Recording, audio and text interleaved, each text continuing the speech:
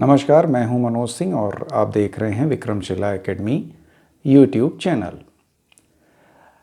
10 जनवरी से भारत में चर्चा है बूस्टर डोज की प्रक्रिया शुरू होने की। कोरोना वैक्सीन का बूस्टर डोज, जिसको नाम दिया गया है प्रिकॉशन डोज के तौर पर। आखिर इसकी ज़रूरत क्यों पड़ी?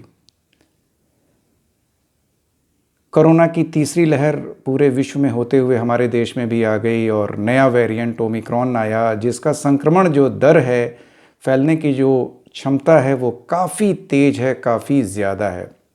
तो निश्चित रूप से इससे निपटने के लिए जो हमारे डॉक्टर्स हैं, जो हमारे कोरोना वॉरियर्स हैं, वो इससे सबसे ज़्यादा प्रभावित होंगे और उनको सुरक्षित रखने के लिए प्रिकॉशन के तौर पर, प्रिकॉशन डोज के तौर पर हम उन्हें इस वैक्सीन का बूस्टर डोज हम दे रहे हैं। तो सबसे पहले कोरोना वॉरियर्स को बूस्टर डोज दी जाएगी, जिससे कि उनकी प्रतिरोधक क्षमता बढ़े, इम्यून सिस्टम बढ़े, कोरोना से लड़ने की क्षमता बढ़े, इस नए वेरिएंट से लड़ने की क्षमता बढ़े।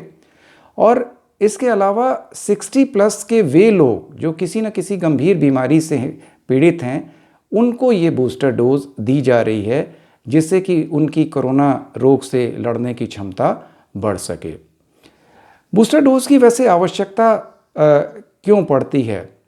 दरअसल 2 डोजेस तो लगभग अब सभी को लग चुकी हैं, लेकिन कहीं ना कहीं अब एंटीबॉडी का जो लेवल है वो सब में कम हो गया है और तीसरी लहर के आने के बाद संक्रमित होने का उनका खतरा बढ़ गया है। तो जैसा कि नाम से ही लग रहा है, बूस्टर यानी बूस्ट कर देना, इम्यून सिस्टम को बूस्ट कर देना, एंटीबॉडीज़ की संख्या को और बढ़ा देना, जिससे कि कोरोना के जो वायरसेस हैं उनसे शरीर मुकाबला कर सके।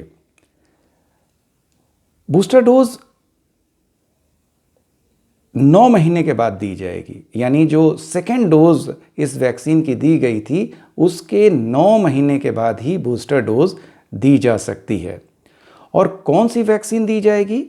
नॉर्मली जो वैक्सीन लगाई गई है किसी को, जैसे किसी को कोवैक्सीन लगाई गई है तो उसको बूस्टर डोज कोवैक्सीन का ही दिया जाएगा। जिसको कोविशील्ड की वैक्सीन लगी है उसको बूस्टर डोज भी कोविशील्ड का ही दिया जाएगा।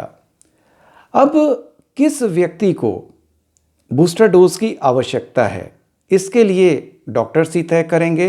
और इसके लिए एक जो टेस्ट है एंटीबॉडी टाइटर्स, और डॉक्टर्स इस टेस्ट से, एंटीबॉडी टाइटर्स से ये पता लगा लेंगे कि किसी व्यक्ति के अंदर कोरोना रोग से लड़ने के लिए कितनी एंटीबॉडीज़ उपस्थित हैं, और उसी के अनुसार डॉक्टर निर्णय लेंगे कि किसी व्यक्ति को बूस्टर डोज की कितनी आवश्यकता है।